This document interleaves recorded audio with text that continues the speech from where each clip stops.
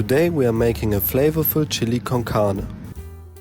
We start by adding our ground meat to a hot pot and break it into small pieces. Then we take a few onions, chop them into small cubes and put them aside. We also peel and finely chop some garlic. Another option is to use a garlic press. By this time our meat should have developed some nice brown spots. That's what we want for one full umami flavor. We season with salt and add the onions and garlic. The moisture from the onions helps to lift the roasted flavors from the bottom. Next we season with paprika powder, oregano, chili flakes, cumin, sugar and cinnamon. Now we chop up as many chilies as we like before adding them in.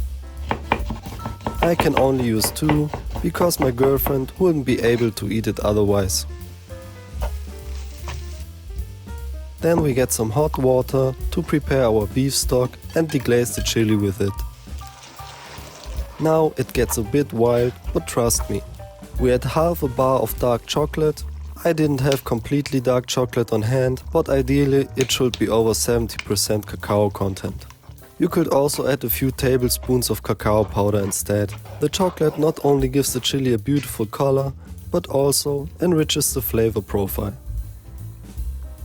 Next we take 2 cans of tomatoes and crush them with our hands, removing any skin if you find some. We add the tomatoes to the chili along with 2 tablespoons of tomato paste and let it simmer for 30 minutes. Now opinions can vary widely about what belongs in a chili, but I add kidney beans and plenty of canned corn, because I love canned corn.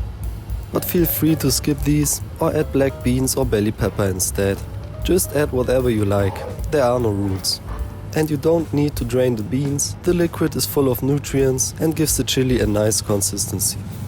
Don't forget to adjust the salt according to your taste. Finally, we chop some parsley and cut a few pieces of bread for serving. Now scoop the chili into a bowl, add a few spoons of crème fraîche or sour cream in the center, sprinkle parsley on top, and we're done. You can find the recipe with all the measurements in the description. Like and subscribe and guten Appetit!